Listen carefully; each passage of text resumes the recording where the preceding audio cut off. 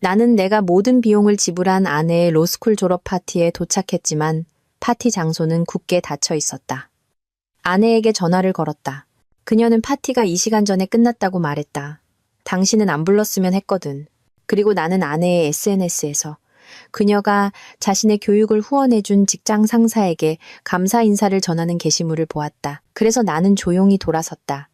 모든 결제를 취소했고 그녀의 새 남자친구 회사에 대한 나의 90% 지분 약이 0억 원의 가치를 매각했다.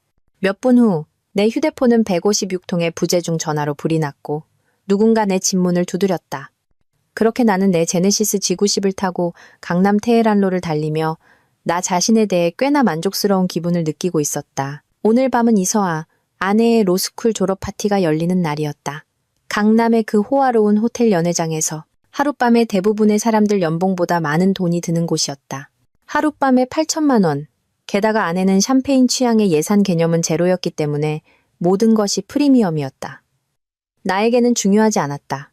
그녀가 그곳에 들어섰을 때 환하게 빛나는 얼굴을 볼 수만 있다면 2배라도 냈을 것이다. 그녀가 직접 고른 재즈 트리오는 지금쯤 몸을 풀고 있을 것이고 케이터링 팀은 그녀가 고집했던 우스꽝스러운 금박 장식 에피타이저에 마지막 손길을 더하고 있을 터였다. 일생에 한 번뿐인 축하 자리잖아. 그녀는 그 아름다운 갈색 눈을 깜빡이며 내게 말했다. 완벽해야 한다고.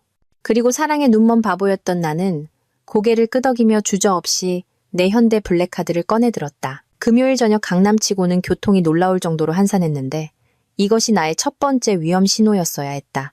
보통 출퇴근 시간에 강남의 행사장에 가는 것은 화난 택시 기사들에게 공격당하면서 끈적한 당밀 속을 헤쳐나가는 것과 같았다. 하지만 오늘 밤은 순조로웠다. 너무나 순조로워서 오히려 이상했다. 나는 연회장 앞에 차를 세웠고 즉시 무언가 잘못되었다는 것을 알았다. 그곳은 내 전 장모님의 영혼보다 더 어두웠다. 발레 파킹 직원도 보도로 쏟아지는 따뜻한 조명도 없었다. 안에서 울려 퍼지는 축하의 소리도 없이 오직 침묵과 그림자뿐이었다. 상황이 잘못 돌아가려고 할 때마다 내 직감은 성가신 춤을 추기 시작했다. 나는 차를 주차하고 정문으로 걸어갔다. 내 이탈리아제 구두가 포장도로에 부딪히는 소리가 마치 카운트다운 타이머처럼 울렸다. 문은 굳게 잠겨 있었다. 그냥 조금 늦네요. 정도의 잠금이 아니라 몇 시간 동안 아무도 없었어요 라는 식의 잠금이었다. 나는 유리창에 얼굴을 대고 손으로 가로등 불빛을 가렸다. 텅 비어 있었다. 완전히 절대적으로 영혼이 부서질 듯 텅 비어 있었다. 내가 본 것을 뇌가 완전히 처리하기도 전에 내 손에는 이미 휴대폰이 들려 있었다. 단축번호 1번. 서아. 바로 음성사서함으로 넘어갔다. 그녀의 목소리는 밝고 명랑했다. 안녕하세요, 이서아입니다. 지금은 너무 멋진 일을 하느라 바빠서 전화를 못 받을 거예요. 메시지를 남겨주시면 가능할 때 연락드릴게요. 그녀의 음성사서함조차 거만했다. 몇 년 전에 그 경고 신호를 봤어야 했는데 나는 계속해서 다시 걸었다. 4번째 시도에서 그녀는 마침내 전화를 받았다. 자기야. 그녀의 목소리는 가볍고 거의 음악 같았다. 배경에는 소음, 웃음소리, 유리잔 부딪히는 소리가 들렸다. 한창 진행 중인 파티에서나 기대할 법한 소리들이었다. 서아야, 어디야? 나 지금 연회장인데 완전히 깜깜하고 문도 잠겨 있어. 잠시 침묵. 그러다 그 웃음소리. 한때는 사랑스럽다고 생각했지만 지금은 칠판 긁는 소리처럼 들리는 그 웃음소리가 들렸다. 아, 그 파티 이 시간 전에 끝났어. 당신은 안 불렀으면 했거든. 그 말들은 이게 대체 무슨 역 같은 상황이지? 라는 화물을 실은 화물열차처럼 나를 덮쳤다. 안 불렀으면 했다니 그게 무슨 소리야. 내가 전부 다 계산했잖아. 알아. 그리고 정말 아름다웠어. 모두가 정말 즐거운 시간을 보냈어. 그나저나 재즈 트리오도 완벽했어. 훌륭한 선택이었어. 그녀의 목소리는 너무나 무심하고 사실적이었다. 마치 날씨에 대해 이야기하거나 괜찮은 식당 음식에 대해 평하는 것 같았다. 서아야, 이건 미친 짓이야. 너 그냥 뚝. 그녀는 내 전화를 끊어버렸다. 마치 내가 그녀가 소유하지도 않은 차의 연장 보증을 팔려는 텔레마케터인 것처럼 전화를 끊어버렸다. 나는 보도에 서서 휴대폰을 쳐다봤다. 마치 그것이 개인적으로 나를 배신한 것처럼. 차들이 쌩쌩 지나가고 사람들은 금요일 밤에 계획을 안고 지나갔으며 도시는 아무 일 없다는 듯 윙윙거렸다. 하지만 내 세상은 방금 축에서 벗어났다. 그때가 내가 그날 저녁 2번째 실수를 한 순간이었다. 나는 인스타그램을 열었다. 45분 전에 올라온 게시물이 있었다. 내가 지난달 청담동의 어느 부티크에서 사준 샴페인 골드 드레스, 나사가 단열재에 쓰는 비용보다 원단 면적당 더 비싼을 입은 서아의 모습이었다. 그녀는 정말 눈부시게 아름다웠다. 그건 인정한다. 그녀의 검은 머리는 완벽하게 스타일링되어 있었고 화장은 흠잡을 데 없었으며 행복으로 빛나고 있었다. 그리고 그녀는 최진혁 그녀의 직장 상사와 키스하고 있었다. 빌어먹을 최진혁. 그녀가 다니는 법무법인의 시니어 파트너. 그녀가 몇 달 동안 끊임없이 이야기하던 그 남자. 아, 최 변호사님은 이렇게 생각하고 최 변호사님이 저렇게 제안했고 최 변호사님은 정말 뛰어난 법률가야. 나는 몇 달 전부터 속으로 그를 최 변호사님 최 변호사님 가라사대라고 부르기 시작했다. 그의 이름이 모든 대화에 등장했기 때문이다. 하지만 진짜 결정타는 사진 밑에 캡션이었다. 선배님 없이는 해내지 못했을 거예요. 로스쿨 시절 내내 저의 든든한 후원자셨죠. AT, 내 후원자라고. 내 빌어먹을 후원자. 내가 3년 동안 그녀의 등록금 한 푼까지 다 냈다. 내가 그녀의 월세, 차 할부금, 쇼핑 비용, 제주도와 남해로 떠난 여자들끼리의 여행 경비까지 다 대주었다. 나는 우리의 관계 내내 그녀의 걸어다니는 ATM이었는데 그녀는 최진혁에게 로스쿨 후원을 감사하고 있었다. 아마 그녀의 스타벅스 주문보다 비싼 걸 사준 적도 없을 그 남자에게. 나는 케이스가 삐걱거리는 소리가 들릴 때까지 휴대폰을 꽉 쥐었다. 피가 귀에서 솟구치는 것 같았고 순간 보도 위에서 그대로 기절할 것 같았다. 이건 단순한 배신이 아니었다. 이건 공개적인 망신을 곁들인 얼음처럼 차가운 굴욕이었다. 그녀에게 중요한 모든 사람들이 그 파티에 있었다. 그녀의 로스쿨 친구들, 동료들, 아마 서울 법조계의 절반은 됐을 것이다. 그리고 그들 모두 최진혁이 그녀의 스폰서라고 생각했다. 댓글이 이미 달리고 있었다. 하트 눈 이모티콘, 축하 메시지. 친구들을 태그해서 이 멋진 커플을 보라고 하는 사람들. 한 댓글은 내 속을 더 뒤집어 놓았다. 드디어 두 분 언제 공식적으로 사귀나 했어요. 정말 잘 어울려요. 드디어. 그들이 궁금해했다고. 이게 얼마나 오래된 일이었을까. 나는 파티에서 찍은 다른 사진들을 훑어보았다. 서아가 연설하는 모습 참고로 내가 쓰기를 도와준 그 연설이었다 이 있었고 모두의 지지에 감사하고 있었다. 내가 성수동의 그 고급 베이커리에서 주문한 터무니없이 비싼 맞춤 케이크를 자르는 모습도 있었다. 그녀의 로스쿨 친구들과의 단체 사진, 재즈 트리오가 연주하는 스냅 사진, 사람들이 춤추고 웃으며 내 돈으로, 말 그대로 인생 최고의 시간을 보내는 사진들이 있었다. 그리고 커플이 등장하는 모든 사진에는 서아가 최진혁과 함께 있었다. 그의 팔이 그녀의 허리를 감싸고 그녀의 손은 그의 가슴에 얹혀 있었다. 두 사람은 마치 성공한 젊은 변호사들이 사건 파일과 밤늦은 커피를 마시며 사랑에 빠지는 로맨스 영화에서 막 튀어나온 것 같았다. 나는 더 이상 할 말 없이 잠긴 연회장을 등지고 돌아섰다. 더 이상 할 말도 볼 것도 없었다. 파티는 여러 의미에서 끝났다. 차로 돌아가면서 내 안에서 무언가 변하는 것을 느꼈다. 상처는 여전히 날것으로 타오르고 있었지만 그 밑에는 더 차갑고 계산적인 무언가가 있었다. 서아는 이 작은 속임수를 성공시킨 자신이 아주 영리하다고 생각했다. 그녀는 자신의 성공담에서 나를 지워버리고 내 자리에 새 남자친구를 대신 앉힐 수 있다고 생각했다. 마치 내가 그녀의 자서전에서 불편한 각주일 뿐인 것처럼. 하지만 내 사랑하는 아내가 몰랐던 것, 그리고 이제 곧 아주 중요해질 사실이 있었다. 나는 돈을 아무렇게나 쓰지 않는다. 내가 쓰는 모든 돈, 내가 하는 모든 투자, 내 삶에 영향을 미치는 모든 재정적 결정은 스위스 시계장인의 정밀함으로 문서화되고 추적되고 기록된다. 그리고 최진혁, 글쎄, 우리의 관계는 서아가 생각하는 것보다 훨씬 더 깊었다고 해두자. 내 아파트로 돌아오는 길은 붉은 신호등과 분노로 인한 터널 시야의 연속이었다. 서울의 교통체증을 어떻게 헤쳐왔는지 거의 기억나지 않았다. 보통 이 도시에서 운전하는 것은 신경외과 의사의 집중력과 수도승의 인내심을 요구하는데도 말이다. 하지만 오늘 밤 나는 철거 현장에서 눈을 가리고 운전했어도 눈치채지 못했을 것이다. 우리 건물 관리인 김 기사님은 평소처럼 친절하게 손을 흔들어 주었지만 내 모습을 제대로 보고는 그의 얼굴에 걱정이 서리는 것을 볼 수 있었다. 박 대표님, 저녁 식사는 하셨습니까? 괜찮으십니까? 그럼요, 김 기사님. 꿈 같은 삶을 살고 있죠. 내 목소리는 평평하고 감정 없이 나왔다. 나조차도 내가 얼마나 죽은 사람처럼 들리는지 알 수 있었다. 30층까지 올라가는 엘리베이터는 영원처럼 느껴졌다. 광택 나는 철제문에 비친 내 모습을 보고 거의 나 자신을 알아보지 못했다. 평소 완벽했던 머리는 손으로 헝클어뜨려 엉망이었고 넥타이는 삐뚤어져 있었으며 내 눈은 전쟁 다큐멘터리에서 보는 충격받은 군인들의 공허한 눈빛을 닮아 있었다. 하지만 현관문을 열고 내 아파트 그래. 내 아파트, 내가 사고, 돈을 내고, 내 취향대로 꾸민을 보자마자 내 안에 무언가가 굳어지기 시작했다. 이건 끝이 아니었다. 절대 끝이 아니었다. 그곳은 내가 오늘 아침 떠났던 그대로였다. 흠잡을 데 없이 깔끔하고 정돈되어 있으며 완전히 내 통제하에 있었다. 바닥부터 천장까지 이어진 창문 너머로는 한강에 숨막히는 전경이 펼쳐졌고 도시의 불빛은 검은 벨벳 위에 흩뿌려진 값비싼 보석처럼 반짝였다. 현대적인 가구들은 모두 깔끔한 선과 고급 소재로 이루어져 있었다. 서아가 밀어붙였던 그 번거로운 앤티크 가구는 하나도 없었다. 개성을 더해줄 거야. 그녀는 말했었다. 그래, 알고 보니 개성이 부족했던 건 그녀 자신이었다. 나는 맥켈란 25년을 세 손가락만큼 따랐다. 보통 중요한 계약을 성사시킬 때나 마시는 좋은 술이었다. 그리고 곧장 내 서재로 향했다.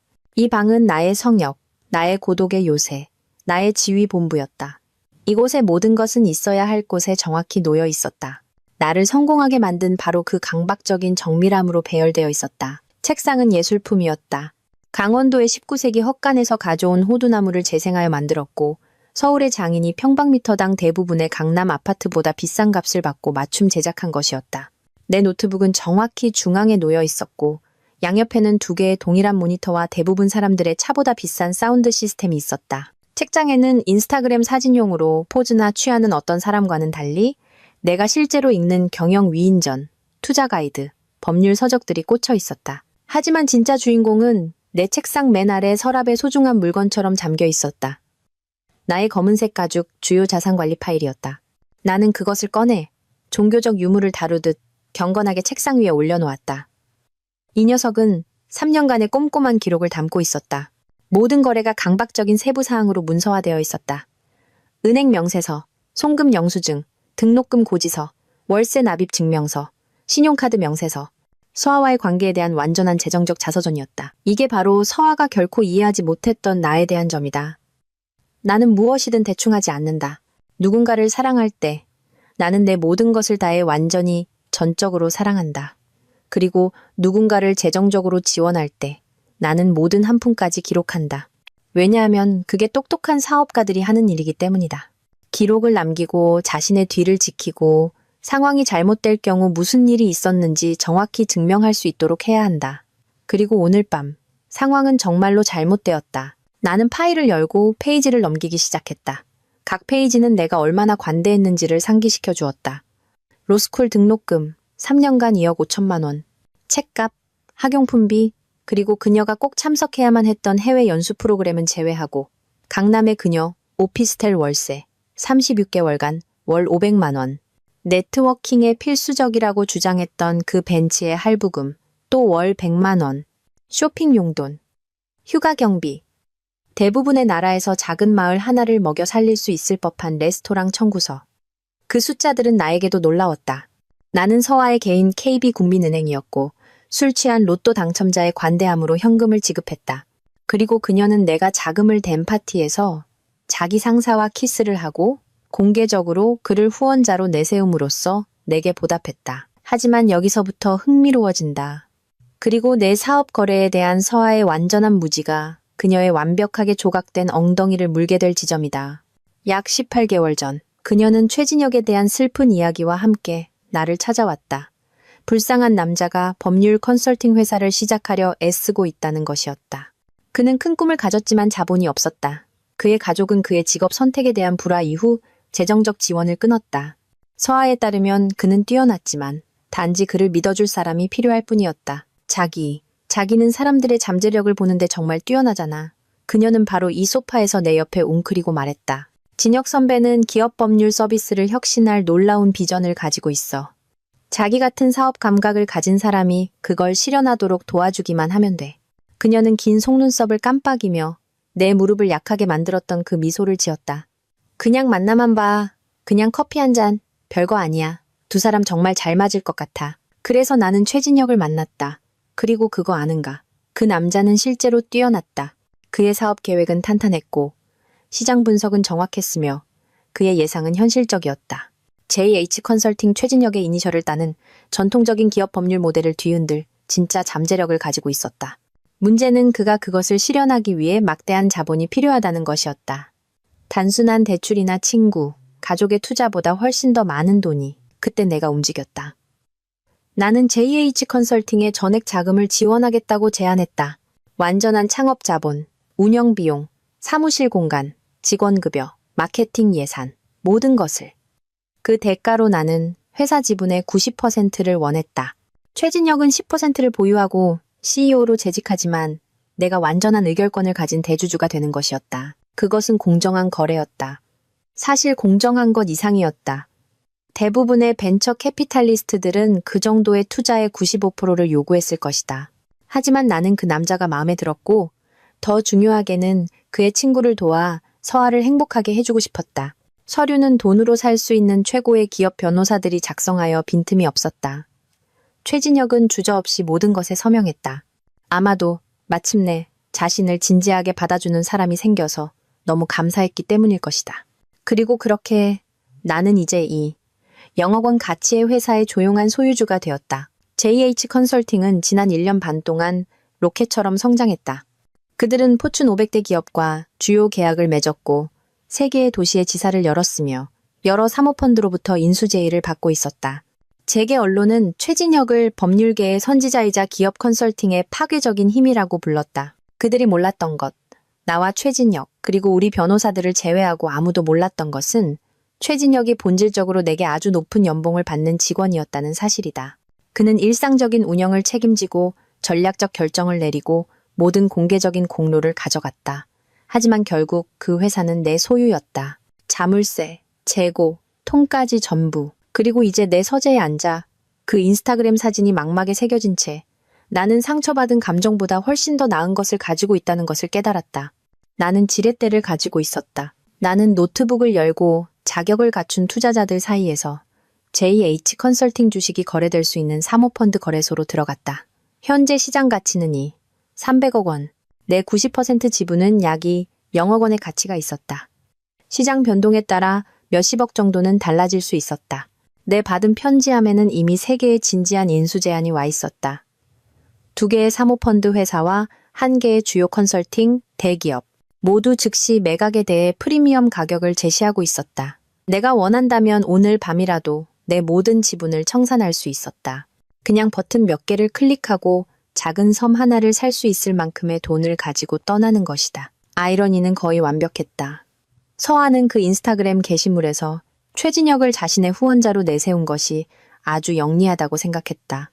그녀는 자신의 소중한 최진혁이 본질적으로 내 직원이라는 것, 그의 모든 성공담이 내 투자 위에 세워졌다는 것, 그의 뛰어난 법률적 두뇌가 내가 그에게 재정적 기반을 제공했기 때문에만 번창할 수 있었다는 것을 전혀 몰랐다. 나는 의자의 등을 기댔고 위스키를 한 모금 더 마셨다. 타는 듯한 느낌이 좋았다. 명확해졌다. 잠긴 연회장 문을 본 이후 처음으로 나는 다시 나 자신처럼 느껴지기 시작했다. 서울 법조계 절반 앞에서 바보가 된 상처받고 배신당한 남편이 아니라 항상 다른 사람들보다 3걸음 앞서 나가며 자신의 부를 쌓아온 계산적인 사업가로서 서아는 게임을 하고 싶어 했다. 그녀는 역사를 다시 쓰고 내가 존재하지 않았던 척 하고 싶어 했다. 그녀는 내가 제공한 기반 위에서 새로운 로맨스를 쌓으면서 나를 공개적으로 망신 주고 싶어 했다. 좋아, 게임 시작이다. 하지만 이건 내 규칙대로 진행될 것이다. 새벽 2시 47분 노트북 화면을 응시하며 모든 것을 바꿀 버튼 위에서 커서를 맴돌게 하고 있을 때에 그 기분을 아는가? 절벽 끝에 서서 안전한 곳으로 물러설 수도 있고 미지의 세계로 뛰어들 수도 있는 그 순간 내가 바로 그곳에 있었다. 맥켈라는 제 역할을 다했다. 내 분노의 날카로운 모서리는 훨씬 더 위험한 것으로 다듬어졌다. 차갑고 계산된 분노. 나는 지난 4시간 동안 서아의 완벽한 작은 삶과 관련된 모든 재정적 연결고리를 훑어보았다. 그리고 말해주자면 그 거미줄은 음모론자의 코르크보드보다 더 광범위했다. 하지만 나는 체계적인 사람이다.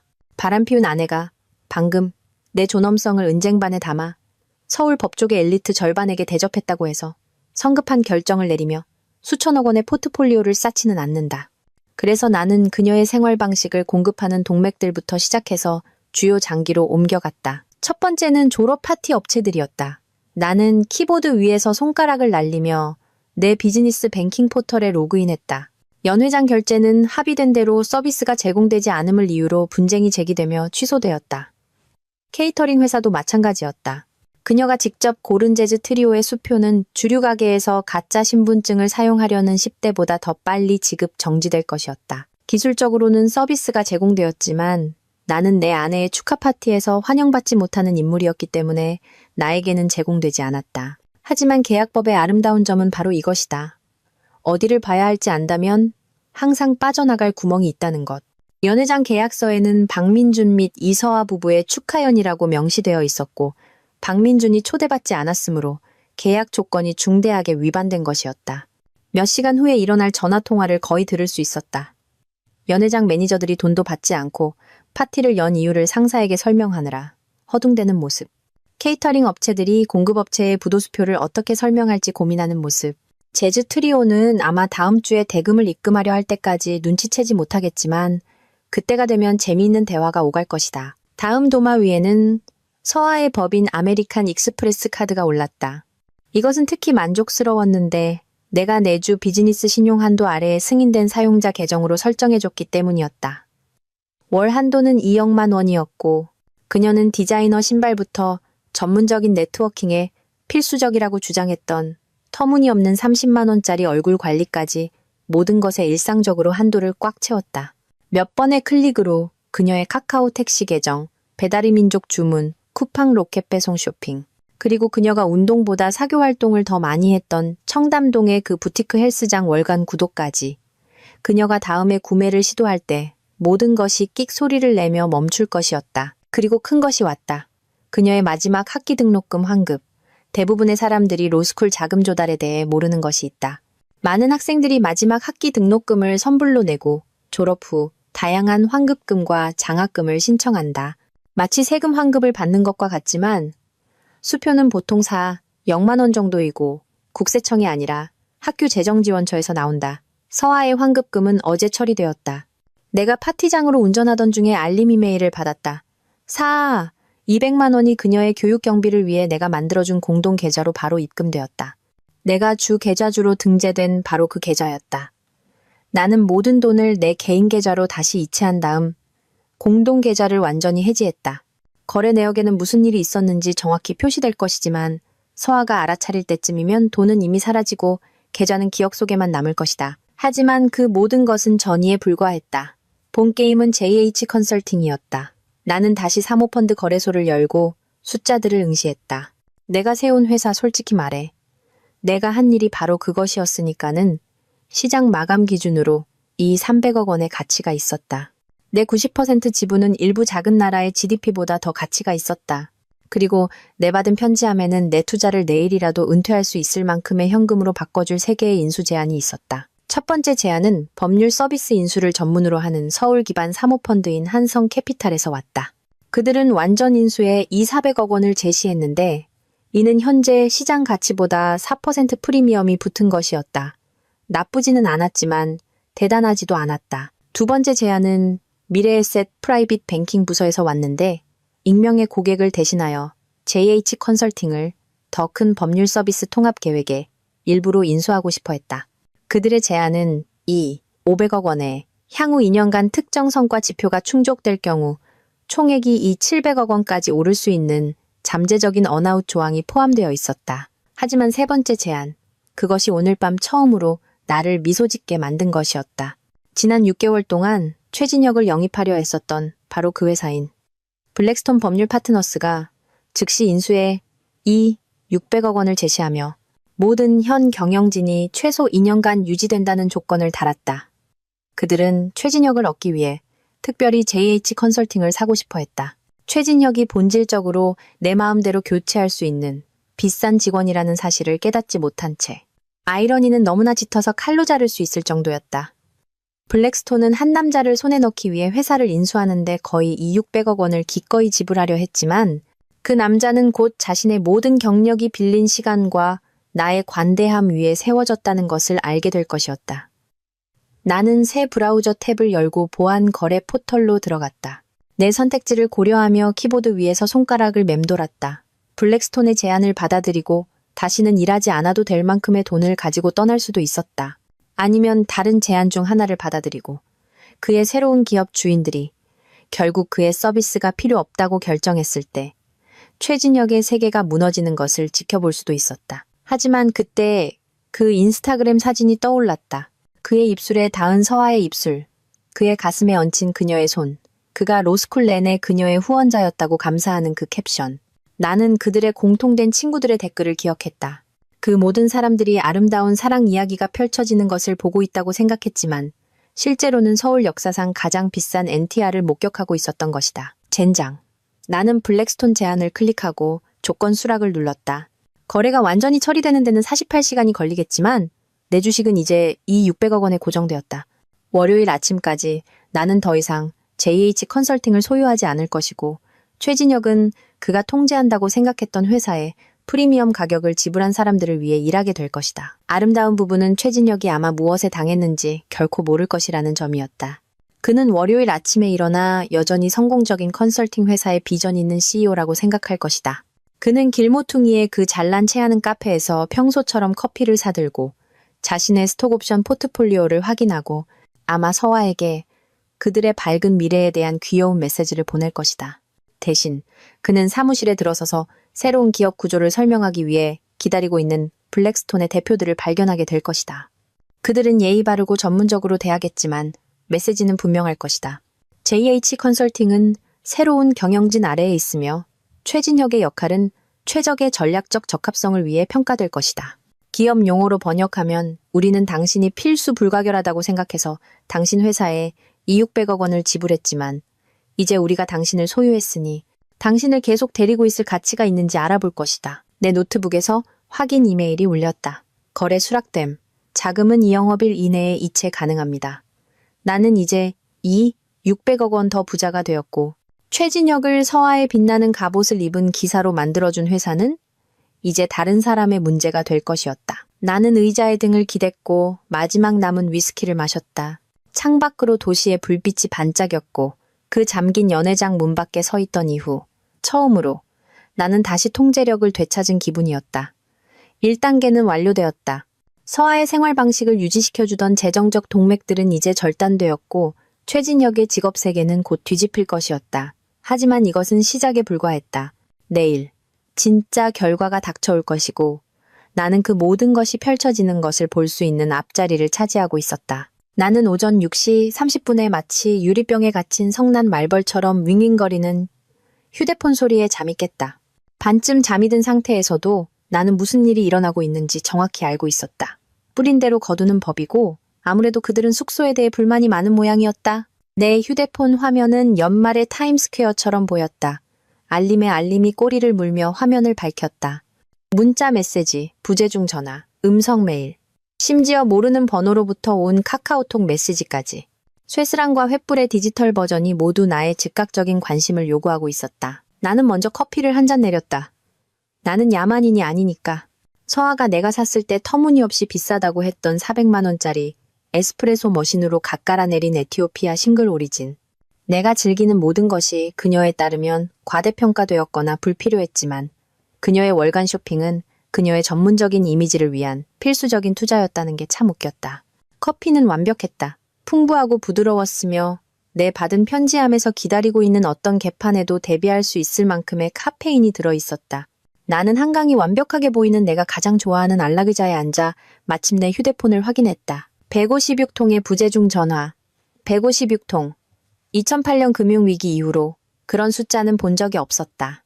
그때는 내 고객 절반이 모든 것을 공황 매도하거나 그들의 은퇴 자금을 구해줄 어떤 투자 기적을 행해달라고 애원하며 전화했었다. 문자 메시지는 훨씬 더 볼만했다. 절망, 혼란, 그리고 간신히 억제된 공황의 아름다운 폭포가 행동에는 결과가 따른다. 100일의 명강의처럼 익혔다. 서아는 새벽 3시부터 6시 사이에 47개의 메시지를 보냈다. 처음에는 혼란스러웠다. 자기야, 약국에서 카드가 거절됐어. 확인 좀 해줄래? 분노로 진행되었다. 이건 말도 안 돼. 약 사야 하는데 카드가 안 돼. 그리고 완전한 공황 상태로 끝났다. 지금 당장 전화해. 내 모든 계좌에 심각한 문제가 생겼어. 당장 해결해줘. 그 진행 과정은 지켜보기에 아름다웠다. 이것이 어떤 컴퓨터 오류나 은행 실수가 아니라는 것을 그녀가 깨달은 정확한 순간을 거의 볼 수 있었다. 32번째 메시지의 타임 스탬프는 새벽 4시 47분이었다. 아마 그녀가 은행에 전화해서 자신의 계좌가 주 계좌주에 의해 해지되었다는 것을 발견했을 즈음일 것이다. 점수 매기는 사람이 있다면 그게 바로 나다. 최진혁의 메시지는 더 전문적이었지만 똑같이 광란적이었다. 변호사로서 그는 적어도 문서화의 개념을 이해했기 때문에 그의 문자는 미래의 법정 소송을 위한 증거처럼 익혔다. 박 대표님, JH 컨설팅 운영 계좌에 문제가 있는 것 같습니다. 가능한 한 빨리 전화 주셔서 논의 부탁드립니다. 그리고 이 시간 후 박 대표님, 긴급한 사안입니다. 우리 급여 시스템에 오류가 표시되고 여러 협력업체에서 결제 문제를 보고하고 있습니다. 즉시 이 문제를 해결해야 합니다. 하지만 진짜 즐거움은 음성 메일에 있었다. 나는 새 커피를 한 잔 들고 넷플릭스가 제공하는 어떤 것보다 더 나을 것이라고 확신하며 자리에 앉았다. 음성 메일 12번은 연회장 코디네이터에게서 온 것이었다. 그녀의 목소리는 전문적인 공항으로 굳어 있었다. 박 대표님, 크리스탈 볼룸의 산드라입니다.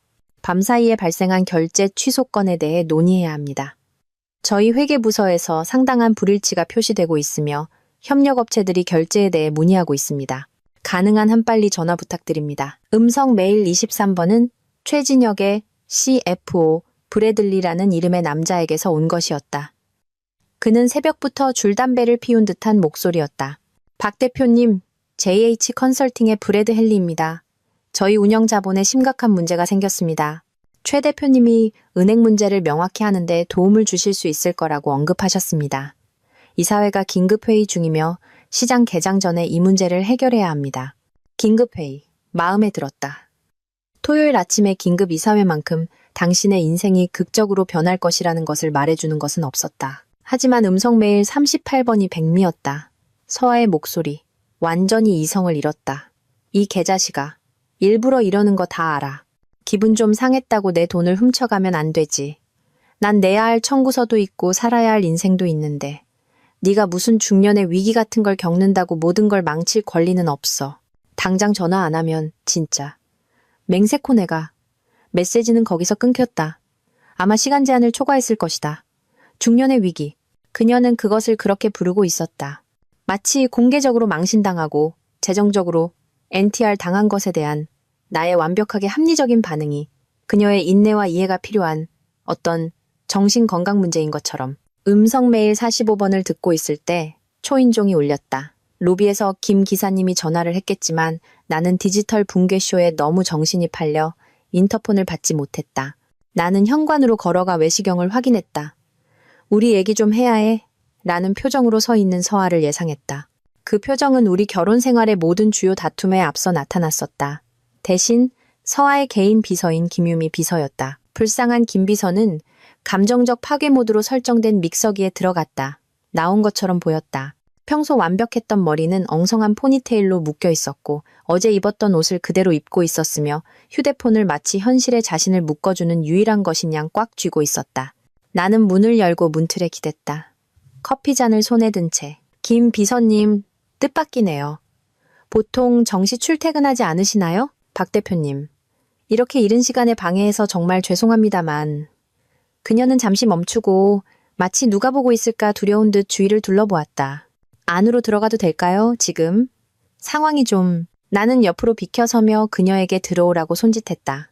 김 비서는 항상 효율적이고 전문적이었으며 서아의 더 불합리한 요구에 대해 상쾌할 정도로 솔직했다. 만약 내 부부간의 핵전쟁의 교차 사격에 휘말릴 자격이 없는 사람이 있다면 그건 그녀가 아니었다.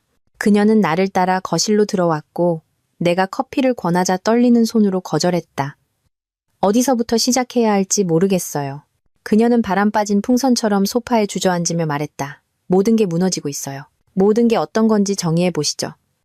나는 포식자에 대한 자연 다큐멘터리를 보는 사람의 무심한 관심으로 의자에 다시 앉으며 말했다. 어젯밤 졸업 축하 파티가 중간에 중단됐어요. 연회장 수표가 부도났기 때문이에요. 사람들이 아직 춤추고 있을 때 경비원들이 들어와서 모두 나가야 한다고 했어요. 서아 씨는 망신도 그런 망신이 없었어요. 그러니까 정말로요. 그녀 회사 파트너 변호사님들 몇 분도 계셨는데 그분들 앞에서 건물 경비원에게 끌려나가는 걸 봐야 했어요. 나는 동정적으로 고개를 끄덕이면서 속으로는 승리의 춤을 추고 있었다. 그거 참 창피했겠네요. 하지만 그게 최악도 아니에요. 김 비서는 계속해서 말했다. 그녀의 목소리는 단어마다 높아졌다. 오늘 아침 JH 컨설팅의 급여 시스템이 다운됐어요. 완전히요. 아무도 월급을 못 받았어요. 회계 소프트웨어는 오류 메시지를 보여주고 직원 절반은 법인카드를 쓸 수 없어요. 기술적인 문제 같네요. 나는 커피를 한 모금 더 마시며 말했다. 박 대표님. 김 비서는 마치 어린아이에게 간단한 개념을 설명할 때나 지을 법한 표정으로 나를 보며 말했다. 최 대표님 이사회가 긴급 회의 중이에요. 외부 감사인을 부르는 얘기까지 하고 있어요. 회사가 적대적 인수나 재무조사를 받고 있다는 소문이 돌고 있어요. 나는 눈썹을 치켜 올렸다. 급여 시스템 오류에서 그건 좀 큰 비약이네요. 그리고 서아 씨는요. 김 비서의 목소리는 거의 속삭임으로 떨어졌다. 서아 씨는 완전히 이성을 잃었어요. 은행 계좌는 동결됐고 신용카드는 안 되고 대표님과는 연락이 안 돼요. 아는 모든 사람에게 전화해서 무슨 일이 일어나고 있는지 알아내려고 하고 있지만 아무도 답을 몰라요. 그녀는 휴대폰을 꺼내 화면을 보여주었다. 지난 1시간 동안 서아에게서 온 부재중 전화가 17통이었다. 저를 여기로 보냈어요. 대표님을 찾으라고요. 김 비서는 말했다. 서아 씨는 무서워하고 있어요? 박 대표님. 정말로요? 끔찍한 일이 일어났다고 계속 말하면서 그걸 해결할 수 있는 건 대표님뿐이라고 해요. 나는 커피잔을 내려놓고 김 비서를 쳐다보았다. 온화한 걱정과 완전한 순수함이 섞인 표정이기를 바라면서 글쎄요, 김 비서님. 그건 정말 곤란한 상황 같네요. 그럼 도와주실 건가요? 그녀의 목소리에 담긴 안도감은 거의 가슴 아팠다. 정확히 뭘 도와달라는 거죠? 나는 물었다. 저는 그냥 토요일 아침에 156통의 부재중 전화에 잠이 깬 남자일 뿐입니다. 서아와 그녀의 남자친구가 저와는 아무 상관없는 사업상의 문제를 겪고 있는 것 같네요. 김 비서는 한참 동안 나를 빤히 쳐다보았다. 그리고 나는 그녀의 눈 뒤에서 조각들이 맞춰지는 것을 거의 볼 수 있었다. 그녀는 내 말투의 조심스러운 중립성을 알아차릴 만큼 똑똑했고 부유한 고객들과의 경험을 통해 누군가가 의도적으로 얼버무릴 때를 이해할 만큼 경험이 많았다. 이거 우연이 아니죠? 그렇죠? 그녀가 조용히 말했다. 김 비서님, 나는 일어서서 현관으로 걸어가며 말했다. 아마 일하러 돌아가시는 게 좋을 것 같네요. 오늘 당신 상사는 도움이 많이 필요할 것 같으니까요. 김 비서가 마치 누군가 그녀에게 양자물리학을 해석 셔플 댄스로 설명해 준 것 같은 표정으로 떠난 후 나는 커피를 한 잔 더 따르고 책상에 앉았다. 아침의 즐거움은 맛있었지만 이제는 사업에 착수할 시간이었다. 진짜 사업, 편지지, 법적 정밀함, 그리고 기업 변호사들을 감탄하며 울게 만들 종류의 조건들이 필요한 그런 사업. 나는 내 개인 편지지 한 장을 꺼냈다. 내 이름이 짙은 파란색 잉크로 양각된 두툼한 크림색 종이. 첫 단어를 읽기도 전에 이 사람은 장난이 아니다 라고 소리치는 종류의 공식 서신. 어떤 사람들은 허세라고 부를지도 모른다. 나는 그것을 협상을 위한 적절한 분위기 설정이라고 불렀다. 최후통첩의 재미있는 점은 대부분의 사람들이 그것을 잘못 전달한다는 것이다. 그들은 감정적으로 변하고 소리치기 시작하며 뒷받침할 수 없는 위협을 한다. 하지만 진정으로 효과적인 최후 통첩은 비즈니스 계약서처럼 익혀야 한다. 왜냐하면 그것이 바로 그것이기 때문이다. 한쪽이 모든 카드를 쥐고 다른 쪽은 끔찍한 조건을 받아들이거나 더 나쁜 결과를 마주하는 것 중에서 선택해야 하는 계약. 나는 손가락 마디를 꺾고 타이핑을 시작했다. 15년간 투자 계약서와 인수 조건을 작성해온 나는 이 특정 문서를 어떻게 구성해야 할지 정확히 알고 있었다. 수신, 이서아, 최진혁, 발신, 박민준. 제목, 현재 재정적 혼란 해결을 위한 조건, 일자, 오늘 날짜. 하기 서명인은 최근의 재정적 불규칙성이 위에 명시된 양 당사자에게 불편을 초래했음을 인정합니다. 이러한 문제를 신속하게 해결하고 추가적인 복잡성을 피하기 위해 다음과 같은 조건을 제안합니다. 나는 내 서두를 감상하며 잠시 멈췄다. 건조하고 비즈니스적이며 감정적인 내용이 전혀 없었다. 그 문장들 어디에도 배신, 굴욕, 또는 내 아내가 내가 자금을 댄 파티에서 자기 상사와 딥키스를 했다는 사실을 암시하는 것은 없었다. 단지 재정적 불규칙성과 불편뿐. 마치 내가 그들의 개인 ATM이 되기를 멈추기로 결정했기 때문에 그들의 온 세상이 현재 붕괴하고 있지 않은 것처럼. 조건 1. 공개적 인정. 이서아 씨는 자신의 로스쿨 교육이 전적으로 박민준에 의해 자금 지원되었음을 인정하는 공개 성명서를 모든 개인 소셜 미디어 플랫폼에 게시하고 관련 법조계 간행물에 제출해야 합니다. 이 성명서는 박민준을 그녀의 법률 교육의 유일한 재정적 후원자로 구체적으로 명시해야 하며 대체 자금 출처를 암시하는 이전의 모든 공개적 진술을 정정해야 합니다. 성명서는 본문서의 첨부 A로 제공된 초안과 실질적으로 동일해야 합니다. 나는 새 문서를 열고 첨부 A를 작성하기 시작했다. 이건 재미있을 것이다. 정정 성명서. 저는 제 로스쿨 과정 동안 전적인 재정적 지원을 해주신 남편 박민준 씨에게 공개적으로 인정하고 감사드리고자 합니다. 박민준 씨는 다른 어떤 이의 도움 없이 저의 등록금, 생활비, 교육 비용을 모두 지불했습니다. 저의 최근 소셜미디어 게시물은 다른 분들이 제 교육을 후원한 것처럼 잘못 암시했으며 이로 인해 발생한 모든 혼란에 대해 사과드립니다. 박민준 씨의 관대한 지원 덕분에 저의 법조인 경력이 가능했으며 제 미래에 대한 그의 투자에 감사드립니다. 짧고 달콤하며 지난 6개월 동안 모두에게 최진혁이 자신의 멘토이자 영감이었다고 말해온 사람에게는 완전히 굴욕적이다. 법조계는 리얼리티 TV 스타들이 성형수술을 사랑하는 것보다 가십을 더 사랑했다.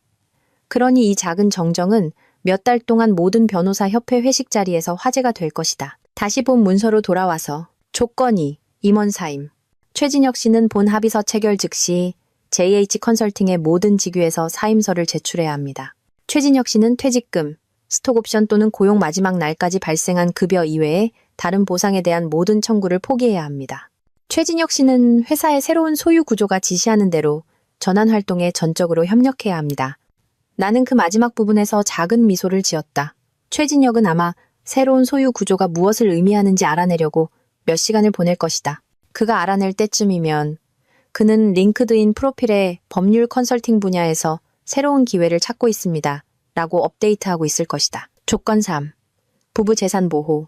이서아 씨는 박민준이 결혼 기간 동안 취득한 부부 재산, 사업 이권 또는 기타 자산에 대한 모든 청구를 포기합니다. 여기에는 투자 포트폴리오, 부동산, 사업 지분, 지적 재산이 포함되지만 이에 국한되지는 않습니다. 이서아 씨는 이러한 자산이 박민준의 특유 재산임을 인정하며 이러한 자산과 관련된 분할, 부양 또는 보상에 대한 청구를 하지 않을 것입니다. 이것이 가장 큰 것이었다. 한국의 재산분할법에 따라 서아는 이론적으로 내가 결혼 기간 동안 취득한 모든 것의 절반을 주장할 수 있었다. 하지만 그것은 내가 그녀의 생활 방식을 지탱하는 모든 재정 구조를 체계적으로 해체하는 동안 이혼 소송을 통해 이를 질질 끌고 싶을 때만 가능한 일이었다. 현명한 방법은 지금 그녀의 청구를 포기하고 우리 둘 다를 더 가난하고 더 화나게 만들 초토화 소송을 피하는 것이었다. 조건 4. 비밀 유지 계약. 양 당사자는 박민준의 사업 활동, 투자 결정 또는 개인적인 일에 대한 공개적인 논의를 금지하는 포괄적인 비밀 유지 계약서를 체결해야 합니다.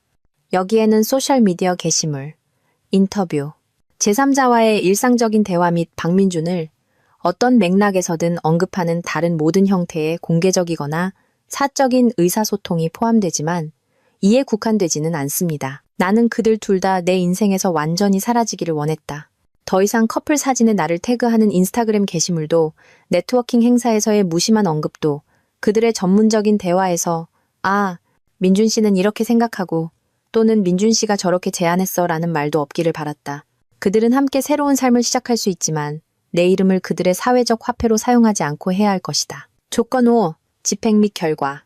이러한 조건의 위반은 즉시 완전한 금전적 손해배상, 금지 명령 구제, 그리고 양 당사자에게 이전에 제공된 모든 자금의 완전한 자산 환수를 추구하는 법적 조치를 초래할 것입니다.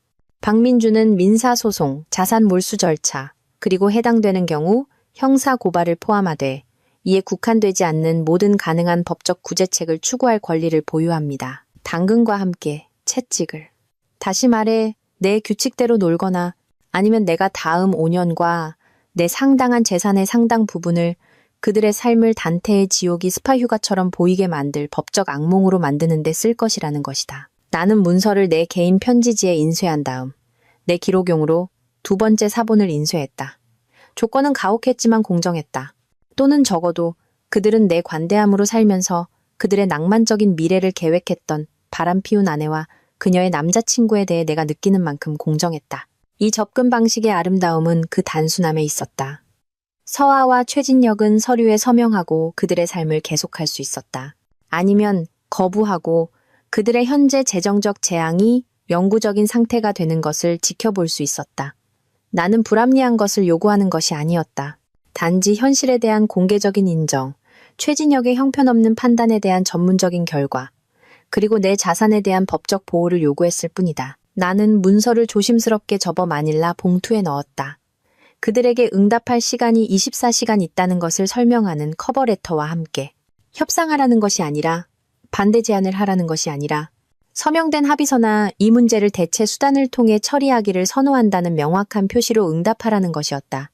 여기서 대체 수단이란 그들 둘 다를 직업적으로나 재정적으로 몇 년 동안 방사능에 오염시킬 법적 핵겨울과 동등한 것이었다. 김 비서는 아마 아직 건물 어딘가에 있을 것이다. 로비에 숨어 있거나 아니면 총 맞는 사자가 되지 않고 서아에게 어떻게 보고할지 고민하며 밖에서 서성이고 있을 것이다.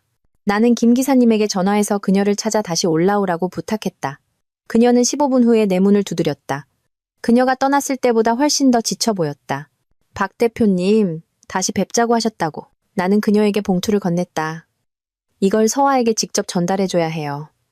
이메일이나 문자, 경비원이나 비서에게 맡기지 말고요. 직접 전달하고 그녀가 내용을 읽고 이해했는지 확인까지 받아야 합니다. 김 비서는 봉투를 마치 손안에서 폭발할 것처럼 받아들었다. 이게 뭐죠? 그녀의 현재 문제에 대한 해결책입니다. 나는 말했다. 이 상황을 해결하기 위한 아주 합리적인 조건들과 함께요. 응답할 시간은 24시간입니다. 만약 응답하지 않으면요? 나는 벤처 캐피탈리스트들이 스타트업 창업자들에게 왜 그들의 회사가 해산되는지 설명할 때 짓는 종류의 미소를 지었다. 그럼 그녀는 현재의 문제들이 단지 오프닝 공연에 불과했다는 것을 발견하게 될 겁니다. 본 공연은 아직 시작도 안 했으니까요. 나는 토요일 남은 시간을 금요일 밤 내 인생이 폭발하기 전에 계획했던 것과 똑같이 보냈다. 전혀 생산적이지 않은 일들. 나는 4만 원짜리 팟타이를 파는 상암동의 그 집에서 태국 음식을 주문했다. 하지만 너무 맛있어서 할머니의 보석이라도 팔아서 한 그릇 더 먹고 싶을 정도였다. 나는 억만장자들이 나쁜 짓을 하는 넷플릭스 쇼의 2번째 시즌 전체를 몰아봤다. 내 현재 상황을 고려하면 내 주말에 대한 다큐멘터리 같았다. 저녁 7시쯤 나는 특별한 날을 위해 아껴두었던 보르도 와인 한 병을 땄다. 원래 그 특별한 날은 서아의 첫 번째 큰 사건 승소나 낭만적인 결혼기념일 저녁 식사일 거라고 생각했다. 알고 보니 그 특별한 날은 바람 피운 아내의 재정적 안정을 체계적으로 파괴하는 것을 축하하는 날이었다. 인생은 참 재미있다. 와인은 완벽했다. 풍부하고 복잡했으며 좋은 것은 제대로 발전하는 데 시간이 걸린다는 것을 상기시켜줄 만큼의 탄인이 있었다. 결혼 생활과는 달리 죽음이 우리를 갈라놓을 때까지 해서 당신은 안 불렀으면 했거든 으로 바뀌는 것은 벤처 캐피탈을 태우는 기술 스타트업보다 더 빨랐다. 김 비서가 봉투를 가지고 떠난 후 내 휴대폰은 다행히 조용했다.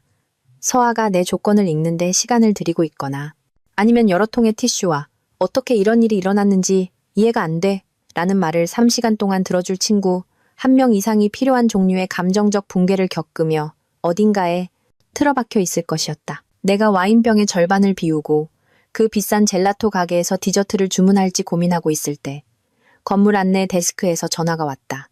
박 대표님, 이서아 사모님께서 오셨습니다. 올려보내드릴까요? 물론이지. 나는 그녀가 마침내 정찰 임무를 위해 비서를 보내는 대신 직접 나를 마주할 용기를 언제 낼지 궁금해하고 있었다. 올려보내주세요, 김 기사님. 감사합니다. 나는 옷을 갈아입거나 아파트를 정리할 생각도 하지 않았다. 서아가 이 대화를 나누고 싶다면 우리는 내 조건대로 내 공간에서 내가 모든 카드를 쥔 채로 할 것이었다. 게다가 그녀는 예전에도 나를 추리닝과 서울대 경영대학원 티셔츠 차림으로 본 적이 있었다. 비록 인정하건대 그 이전의 경우들에는 내가 그녀의 모든 재정적 지원 구조를 체계적으로 해체하는 일이 포함되어 있지는 않았지만 정확히 4분 후에 내 문에서 노크 소리가 들렸다. 엘리베이터를 타고 올라와 복도에서 잠시 망설이며 용기를 내기에 딱 맞는 시간이었다. 나는 문을 열고 내 안에 자신의 남자친구를 로스쿨 후원자라고 내세우기로 결정한 이후 처음으로를 보았다. 그녀는 완전히 지옥 같아 보였다. 평소 완벽했던 머리는 감지하는 채로 늘어져 있었고 침대에 누워 천장을 바라보는데 너무 많은 시간을 보낸 데서 오는 기름진 축 처짐이 있었다. 그녀가 아파트를 나설 때 절대 빼놓지 않았던 디자이너 메이크업은 완전히 사라져 얼굴은 창백하고 눈주위는 부어 있었다. 그녀는 여전히 어제의 옷을 입고 있었다. 인스타그램 사진 속의 그 샴페인 골드 드레스. 단지 이제는 주름지고 커피나 와인 혹은 아마도 눈물로 얼룩져 있었다. 들어가도 될까? 그녀는 거의 속삭임에 가까운 목소리로 물었다. 나는 아무 말 없이 옆으로 비켜섰다. 무슨 말이 필요하겠는가? 네 행동의 결과에 온 걸 환영해. 와, 재정적 안정이 보장되지 않는다는 걸 막 발견한 사람처럼 보이네. 때로는 침묵이 어떤 재치 있는 반격보다 더 파괴적이다. 그녀는 마치 지뢰밭을 탐색하는 사람처럼 거실로 들어왔다. 3년 동안 살았던 아파트를 마치 처음 보는 것처럼 둘러보았다. 아마 그녀는 마침내 모든 가구, 모든 예술품, 모든 비싼 기기가 내 돈으로 샀다는 것을 알아차리고 있었을 것이다. 아니면 그녀는 단지 24시간도 채 안 되어 공개적으로 망신 준 남편과 어떻게 대화를 시작해야 할지 고민하고 있었을 것이다. 당신이 보낸 문서 받았어. 그녀는 말했다. 우리가 함께 미래를 계획하며 수없이 껴안았던 소파에 주저앉으며 내가 우리의 미래가 인스타그램 게시물을 통해 멀어지는 대신 함께 늙어가는 것을 포함한다고 생각했던 그때. 그럴 줄 알았어. 최진 역시 집에 있지 않고 여기 온 걸 보니 나는 와인잔을 들고 창가에 기대어 서 있었다. 협상에서는 힘의 역학이 중요했고 나는 이 대화에서 그녀가 나를 올려다보기를 원했다. 민준 씨, 당신이 알아야 할 게 있어. 그녀는 변호사 목소리를 사용했다. 최종 변론과 고객 미팅을 위해 연습했던 차분하고 합리적인 톤. 파티에서 있었던 일. 당신을 상처 주려던 게 아니었어. 나는 와인에 거의 살에 들릴 뻔했다. 나를 상처 주려던 게 아니었다고. 내가 돈을 낸 졸업 파티를 열고 나를 초대하지 않고 우리가 아는 모든 사람 앞에서 네 상사와 키스를 하고 네 교육 자금을 댄 공로를 공개적으로 그에게 돌렸다. 그런데 어째서 이게 나를 상처 주려던 게 아니었다는 건가? 나는 그냥 그녀는 잠시 멈추고 감지 않은 머리를 손으로 쓸어 넘겼다. 내 친구들하고 있을 때 당신이 거기 있는 걸 원하지 않았어. 내 친구들. 나는 마치 외국어를 이해하려는 듯 그 말을 반복했다. 내가 돈을 낸 레스토랑에서 밥을 먹고 내가 산 와인을 마시고 내가 자금을 댄 내 성취를 축하해온 바로 그 친구들 말이야. 그런 게 아니야. 그럼 이게 어떤 건지 설명해봐. 서아야. 내가 보기엔 네가 최진혁과 탈출 전략을 짜는 동안 내가 네 인생 전체를 책임지게 한 3년간의 사기극을 벌인 것처럼 보이는데 그녀는 갑자기 일어서서 마치 우리의 갇힌 동물처럼 부엌 쪽으로 서성였다. 당신은 내가 겪었던 압박감을 이해 못해. 혼자서는 아무것도 감당할 수 없는 아내가 되는 게 어떤 건지 알아? 남편이 모든 걸 책임진다는 걸 모두가 아는 거. 그래서 네 해결책은 네 남자친구가 모든 걸 책임지는 척하는 거였어? 그는 내 남자친구가 아니야. 그 말은 날카롭고 방어적으로 나왔다. 최 변호사님과 나는 그냥 복잡해. 나는 웃었다. 그리고 나조차도 그 소리가 얼마나 차갑게 들리는지 알 수 있었다. 복잡하다고 그렇지. 파티에서 누군가의 목구멍에 혀를 집어넣고 네 교육을 후원해줘서 고맙다고 하는 걸 그렇게 부르는구나. 그녀는 서성이는 것을 멈추고 나를 마주보았다. 내가 실수했어. 알겠어. 순간에 휩쓸려서 인스타그램에 바보 같은 말을 했어. 하지만 그게 네가 내 인생 전체를 파괴할 권리가 있다는 뜻은 아니야. 내 인생을 파괴했다고? 나는 와인잔을 내려놓고 그녀에게 다가갔다. 서아야, 나는 아무것도 파괴하지 않았어. 그냥 돈 내는 걸 멈췄을 뿐이야. 차이가 있지. 내 신용카드를 취소하고 내 은행 계좌를 해지하고 당신은. 그녀는 아파트 주위를 미친 듯이 손짓했다. 모든 걸 꺼버렸어. 식료품도 살 수 없어. 성인의 세계에 온 걸 환영해. 나는 말했다. 대부분의 사람들은 돈을 쓰기 전에 실제로 돈을 벌어야 해. 혁명적인 개념이지. 알아. 그녀의 얼굴이 일그러졌고 순간 나는 4년 전에 사랑에 빠졌던 여자의 모습을 언뜻 보았다. 연약하고 불확실하며 인간적인. 그러다 그녀는 몸을 곧게 폈고 변호사의 가면이 다시 제자리로 돌아왔다. 당신이 보낸 그 조건들. 그녀는 말했다. 터무니없어. 당신이 무슨 일을 겪고 있다고 해서 내가 공개적으로 망신당할 거라고 기대할 수는 없어. 무슨 일? 나는 말을 가로챘다. 배신당하고 굴욕당한 것에 대한 합리적인 반응? 아내가 청구서를 내가 다 내는 동안 다른 남자와 미래를 계획하고 있었다는 것을 발견한 것에 대한 자연스러운 반응? 나는 최 변호사님과 아무것도 계획하지 않았어. 정말? 그 인스타그램 게시물은 너희 둘이 꽤 한 팀이었던 것처럼 들리던데 선배님 없이는 해내지 못했을 거예요. 로스쿨 시절 내내 저의 후원자셨죠. 하트 이모티콘, 메시지가 꽤 명확하네. 변호사님. 그녀는 이제 울고 있었다. 뺨을 타고 흘러내려 그 샴페인 골드드레스 위로 떨어지는 추한 눈물이었다. 나는 그냥 당신에게 가려진 기분이었어. 내 것이라고 할 만한 성공을 가질 수 없는 것 같았어. 내가 이룬 모든 것이 단지 당신 돈 때문인 것처럼. 그래서 넌 그 공로를 최진혁에게 돌리기로 결정했구나. 이렇게 될 줄은 몰랐어. 하지만 이렇게 됐잖아. 나는 창가로 다시 걸어가 흩어진 다이아몬드처럼 반짝이는 도시의 불빛을 바라보았다. 네가 선택했어, 서아야. 네 파티에 나를 초대하지 않기로 선택했고, 모두 앞에서 최진혁과 키스하기로 선택했고, 내가 지불한 것에 대해 공개적으로 그에게 감사하기로 선택했어. 그리고 이제 넌 그 선택의 결과를 안고 살아야 해. 그녀는 나를 따라 창가로 와서 내가 그녀의 향수와 절망과 후회의 냄새를 섞어 맡을 수 있을 만큼 가까이 섰다. 민준 씨, 제발 내가 망쳤다는 거 알아. 하지만 우리 이거 고칠 수 있어. 상담받을 수도 있고 함께 이겨낼 수도 있어. 모든 걸 불태울 필요는 없잖아. 나는 그녀를 돌아보았다. 내가 전적으로 지원하고 완전히 투자하고 내 마음과 지갑을 맡길 만큼 사랑했던 이 여자를. 그 봉투 안의 조건들은 협상 불가야. 서아야. 서명하든지 아니면 내가 보조하지 않을 때 인생이 어떻게 보이는지 배우든지. 만약 내가 서명하면 그 다음은? 그럼 너와 최진혁은 너희가 원하는 어떤 삶이든 함께 만들어갈 수 있어. 단지 내 돈과 내 이름이 내 성공담에 붙지 않은 채로. 그녀는 한참 동안 나를 빤히 쳐다보았다. 아마 내가 허세를 부리는지 알아내려고 애쓰고 있었을 것이다. 나는 아니었다. 사랑과 파트너십, 함께 삶을 만들어가는 것을 믿었던 옛날의 박민주는 그 잠긴 연회장문과 그 인스타그램 게시물 사이 어딘가에서 죽었다. 새로운 박민주는 무엇보다 사업가였다. 그리고 사업가들은 이미 신뢰할 수 없다는 것이 증명된 사람들과는 거래하지 않는다. 24시간. 나는 조용히 말했다.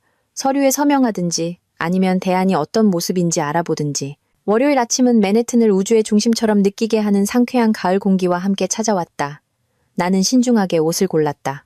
네이비색 톰포드 정장. 대부분 사람들의 월세보다 비싼 이탈리아제 가죽 구두. 그리고 소리치지 않고도 이 방은 내 것이라고 속삭이는 넥타이.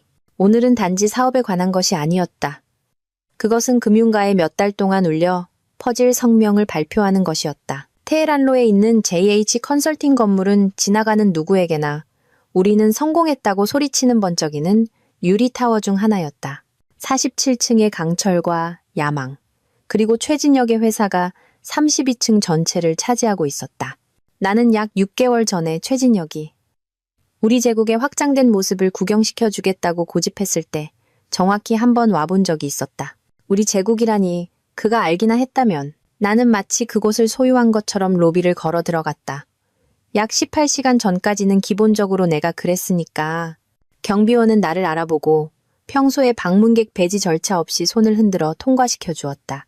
불쌍한 친구는 아마 지난 1년 반 동안 인사했던 친절한 투자자가 방금 모든 사람의 발밑에서 회사를 팔아버렸다는 것을 전혀 몰랐을 것이다. 32층까지 올라가는 엘리베이터는 상황의 아이러니를 음미할 시간을 주었다. 내가 JH 컨설팅에 처음 투자했을 때 최진혁은 성수동의 위워크 공간에서 일하고 있었다. 수제계 간식을 만드는 스타트업과 양말 산업을 혁신하려는 다른 회사와 회의실을 공유하면서 이제 그는 바닥부터 천장까지 이어진 창문과 평방미터당 일부 사람들의 아파트, 전체보다 비싼 전망을 가진 코너 오피스를 가지고 있었다. 모두 내 돈 덕분이었다.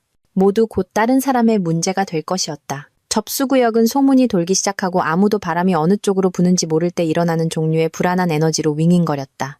나는 커피 머신 옆에서 직원들이 무리지어 조용한 대화를 나누는 것을 볼 수 있었다. 그리고 적어도 3명은 마치 헤드헌터에게 이력서를 문자로 보내는 것처럼 미친 듯이 휴대폰을 두드리고 있었다. 박 대표님. 항상 깍듯하게 예의 바르던 제시카라는 이름의 젊은 여직원이 나를 보고 안도하는 듯 보였다. 와주셔서 정말 다행이에요. 최 대표님께서 주말 내내 연락하려고 하셨어요. 그럴 줄 알았어요. 나는 시계를 확인하며 말했다. 이사회는 아직 진행 중인가요? 네, 대표님. A 회의실입니다. 아침 7시부터 거기 계셨어요. 월요일 오전 7시. 그건 절박함의 시간이었다. 똥이 펜을 쳤을 때 모든 사람이 조각들이 어느 방향으로 날아가는지 알아내려고 허둥댈 때 일어나는 종류의 일은 회의였다. 나는 복도를 따라 회의실로 걸어갔다. JH 컨설팅에 떠오르는 스타들이 점심때까지 일자리가 있을지 궁금해하고 있을 사무실들을 지나쳤다. 내가 더 이상 소유하지 않는 회사의 이사회에 참석하여 내가 현재의 악몽의 근원이라는 것을 전혀 모르는 사람들과 내가 만든 문제에 대해 논의하러 간다는 아이러니를 놓치지 않았다. 회의실은 유리벽으로 되어 있어서 문을 열기 전에도 회의 진행 상황을 볼 수 있었다. 대부분의 차보다 비싼 마호가니, 테이블 주위에 7명의 사람들, 모두 나쁜 소식을 실은 화물 열차에 치인 것처럼 보였다. 재무 서류들이 테이블 위에 흩어져 있었고, 노트북들은 아마 범죄 현장처럼 보였을 스프레드시트를 보여주고 있었다. 그리고 모두들 자신의 직업 세계가 실시간으로 붕괴하고 있다는 것을 깨달았을 때에 그 충격받은 표정을 하고 있었다. 눈에 띄게도 최진혁은 없었다. 나는 한 번 노크하고 문을 열었다. 대화가 즉시 멈췄고 7쌍의 눈이 마치 재난 영화에서 기병대가 제때 도착하는 장면에서나 볼 법한 절박한 희망을 담아 나를 향해 돌아섰다. 박 대표님, CFO인 브래드 헨리가 거의 의자에서 벌떡 일어났다. 와주셔서 정말 다행입니다. 주말 내내 연락하려고 했어요. 들었어요. 나는 테이블 상석의 빈자리에 앉으며 말했다. 그 자리는 최진혁의 평소 자리였다. 하지만 최진혁이 없었으니 누군가 리더십의 공백을 메워야 한다고 생각했다. 우리의 용감한 CEO는 어디 있습니까? 이사들은 마치 누가 나쁜 소식을 전해야 할지 결정하려는 듯 서로 눈치를 교환했다. 마침내 운영 책임자인 사라천이 목을 가다듬었다. 최 대표님은 오늘 아침부로 더 이상 회사에 계시지 않습니다. 사임, 나는 물었다.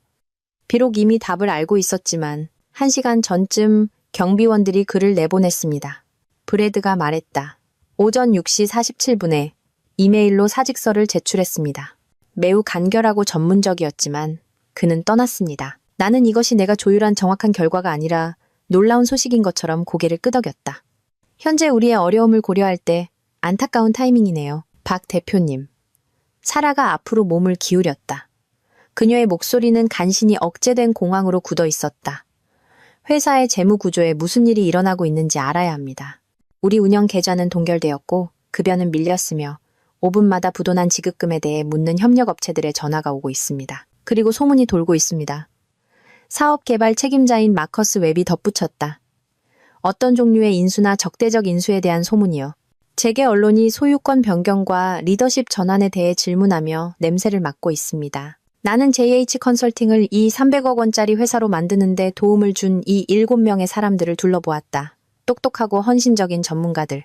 최진혁의 비전을 현실로 만들기 위해 주 60시간 일하고 개인 시간을 희생한 사람들. 그들은 그들에게 닥칠 일보다 더 나은 대우를 받을 자격이 있었다. 하지만 불행히도 그들은 부수적인 피해자였다. 나는 서류 가방을 열고 폴더를 꺼내며 말했다. 상황을 명확히 해줄 소식이 있습니다. 나는 각 이사 앞에 인수 서류 사본을 놓았다. 블랙스톤 법률 파트셔스 로고가 각 페이지 상단에 눈에 띄게 표시되어 있었고 그 뒤에는 회의실에 있는 모든 사람에게 수정처럼 맞고도 완전히 파괴적인 언어가 이어졌다. 금요일 시장 마감 기준으로 나는 그들이 읽는 동안 그들의 얼굴을 보며 말했다. 저는 JH 컨설팅의 제 과반수 지분을 블랙스톤 법률 파트너스에 매각했습니다.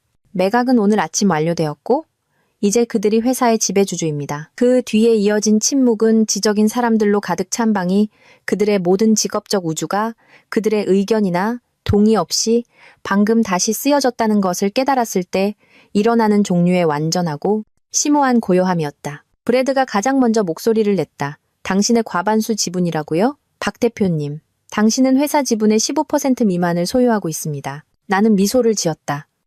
벤처 캐피탈리스트들이 기업가들에게 왜 그들의 회사가 해산되는지 설명할 때 짓는 종류의 미소였다.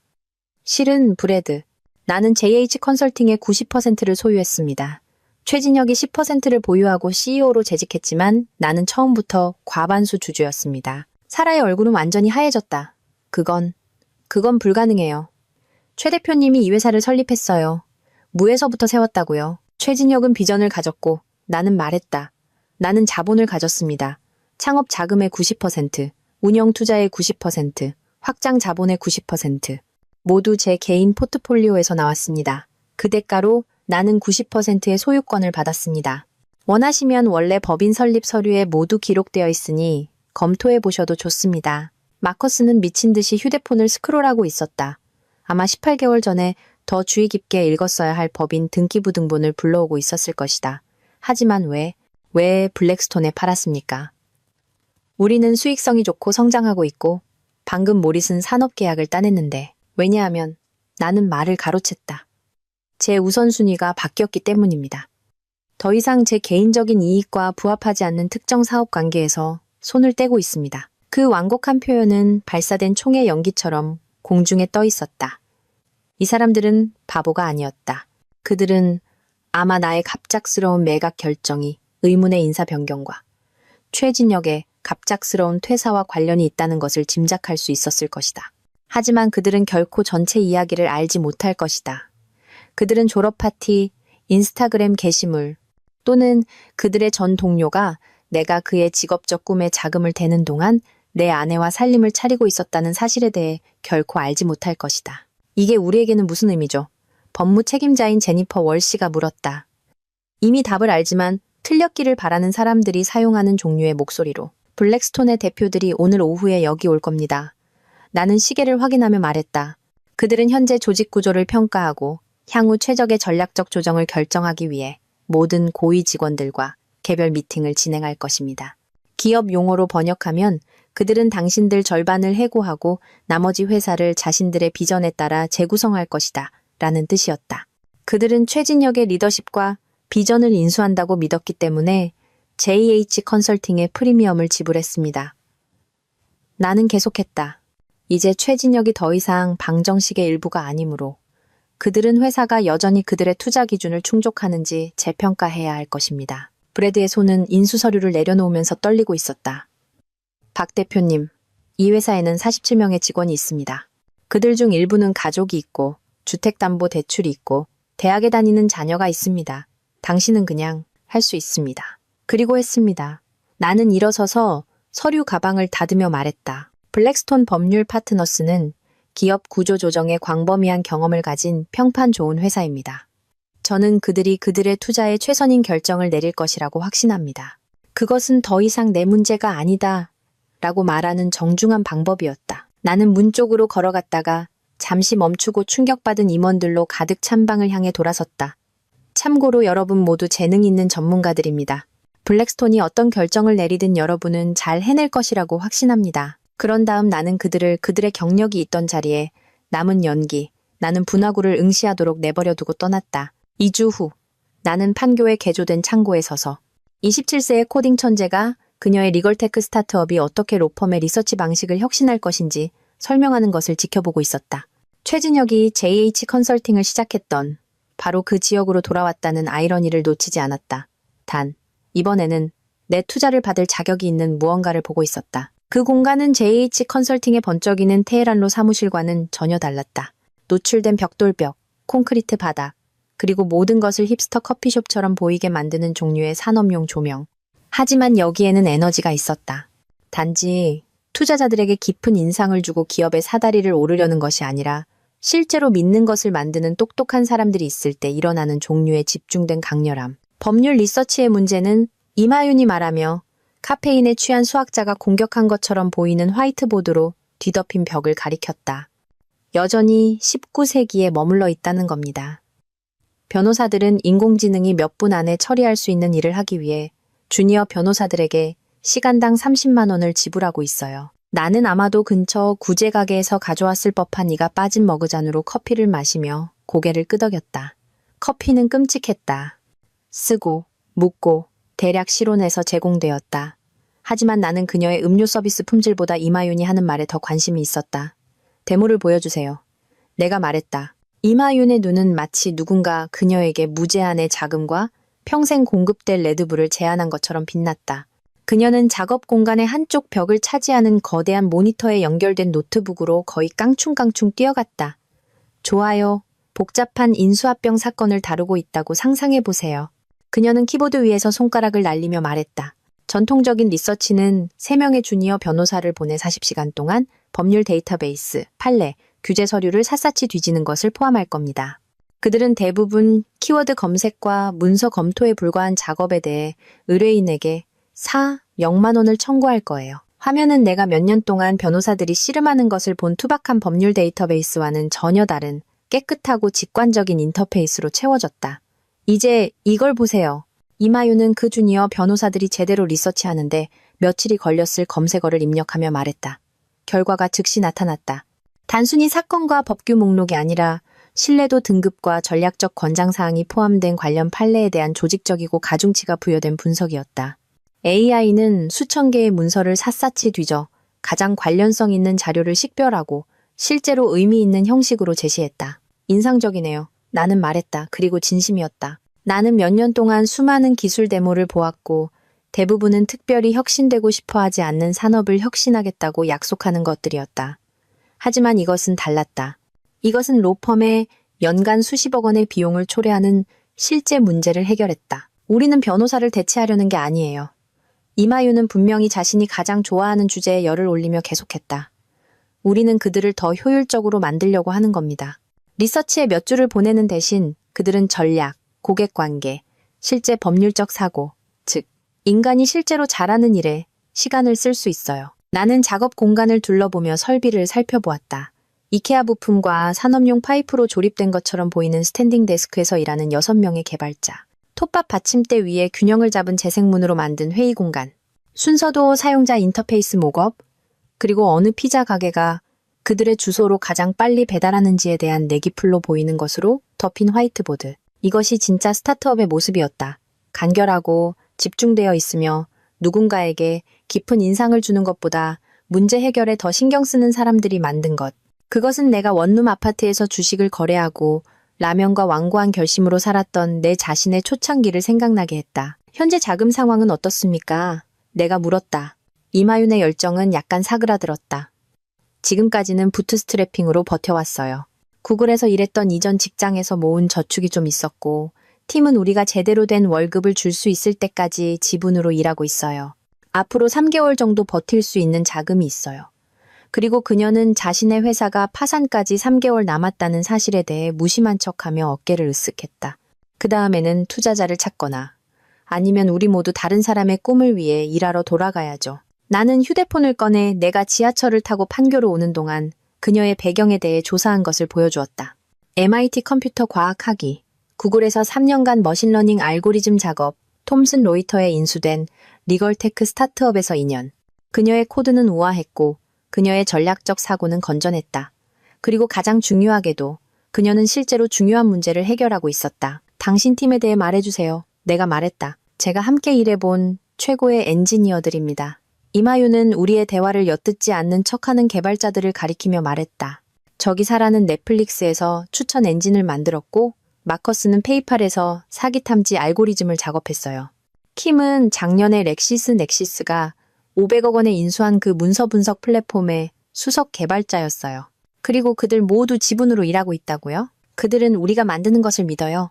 여기 있는 모든 사람들은 내일 당장 구글이나 페이스북에서 일자리를 구할 수 있고 앞으로 2년 동안 내가 그들에게 지불할 수 있는 것의 2배를 벌 수 있어요.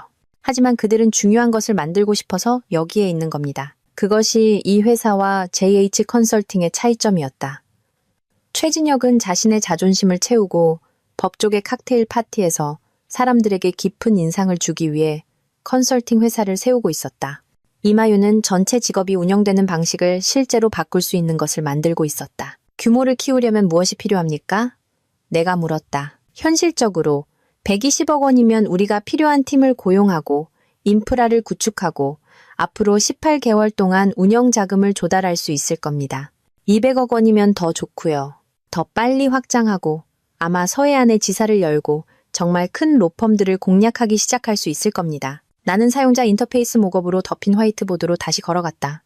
디자인은 깨끗하고 직관적이었으며 변호사들이 기본적인 리서치를 하기 위해 복잡한 소프트웨어를 배울 시간이 없다는 것을 이해하는 사람들이 만든 것이 분명했다. 잠재 고객들, 실제 로펌들과 이야기해봤습니까? 서울의 중견 로펌 3곳과 파일럿 프로그램을 운영하고 있습니다. 이마윤이 말했다. 피드백은 놀라웠어요. 파트너들은 우리가 리서치 비용을 60, 70% 절약해주고 있고 분석의 질은 실제로 그들의 주니어 변호사들이 만들어내는 것보다 더 낫다고 말하고 있어요. 숫자를 보여주세요. 다음 1시간 동안 이마유는 개조된 창고에서 운영되는 회사치고는 놀라울 정도로 정교한 재무 예측, 시장 분석, 고객 확보 전략을 나에게 설명했다. 그녀는 숙제를 해왔다. 더 중요하게도 그녀는 자신이 만들려는 것의 기술적 과제와 사업적 현실을 모두 이해하고 있었다. 법률 산업은 리서치와 문서 검토에 연간 15조 원을 씁니다. 그녀는 시장 규모와 성장 예측을 보여주는 슬라이드를 불러오며 말했다. 만약 우리가 그 시장의 2%만이라도 차지할 수 있다면 우리는 3억 원짜리 사업을 보고 있는 겁니다. 나는 노트북을 닫고 작업 공간을 한 번 더 둘러보았다. 6명의 뛰어난 엔지니어들이 지분과 피자를 위해 일하며 수십억 달러 규모의 산업을 합법적으로 뒤흔들 수 있는 것을 만들고 있었다. 그것은 내가 평생 동안 찾아온 바로 그 종류의 투자 기회였다. 하윤 씨, 나는 말했다. 만약 제가 지금 당장 200억 원짜리 수표를 써줄 수 있다고 말하면 어떨 것 같습니까? 지분 45%, 이사회 자리, 완전한 운영 통제권은 당신에게 있습니다. 그녀의 얼굴은 3초 만에 대략 17가지의 다른 감정을 거쳐갔다. 충격, 불신, 흥분, 의심, 그리고 마침내 조심스러운 낙관. 당신이 뉴욕에서 최고의 엔젤 투자자이거나 아니면 정교한 사기를 치고 있다고 말할 겁니다. 나는 웃었다. 그 잠긴 연회장 밖에 그날 밤 이후 처음으로 진심으로 웃었다. 사기 아닙니다. 그냥 좋은 투자를 보면 아는 남자일 뿐입니다. 나는 수표책을 꺼내 쓰기 시작했다. LYN 테크놀로지 주식회사 귀하 200억 원. JH 컨설팅을 팔아서 얻은 수익과 같은 금액을 실제로 성공할 자격이 있는 무언가에 재투자했다. 빅 리그에 오신 걸 환영합니다. 나는 그녀에게 수표를 건네며 말했다. 2주 만에 처음으로 나는 무언가를 파괴하는 대신 무언가를 세우고 있는 기분이었다. 이마윤에게 그 수표를 써준 지 3일 후 나는 삼청동의 조용한 카페 구석 부스에 앉아 곧 내 전 아내가 될 여자가 마치 자신의 평판을 구제할 비결이라도 담겨 있는 것처럼 커피잔을 만지작거리는 것을 지켜보고 있었다. 그녀는 마침내 만나기로 동의했는데 아마도 그녀의 신용카드가 여전히 동결되어 있고 푸드트럭에서 나오지 않는 무언가를 먹어야 했기 때문일 것이다. 카페는 커피 한 잔에 15영원을 받지만 네온 사인과 인스타그램에 올릴 만한 라테 아트로 광고할 필요를 느끼지 않는 그런 절제된 장소 중 하나였다. 그냥 좋은 커피, 편안한 좌석, 그리고 방 전체가 엿듣지 않고 사적인 대화를 나눌 수 있게 해주는 종류의 음향 디자인. 내가 계획한 것에 완벽했다. 서아는 지난번 만났을 때보다 나아 보였지만 크게 다르지는 않았다. 그녀는 샤워하고 옷을 갈아입는 데는 성공했지만 눈 밑에는 화장으로도 완전히 가릴 수 없는 다크서클이 있었다.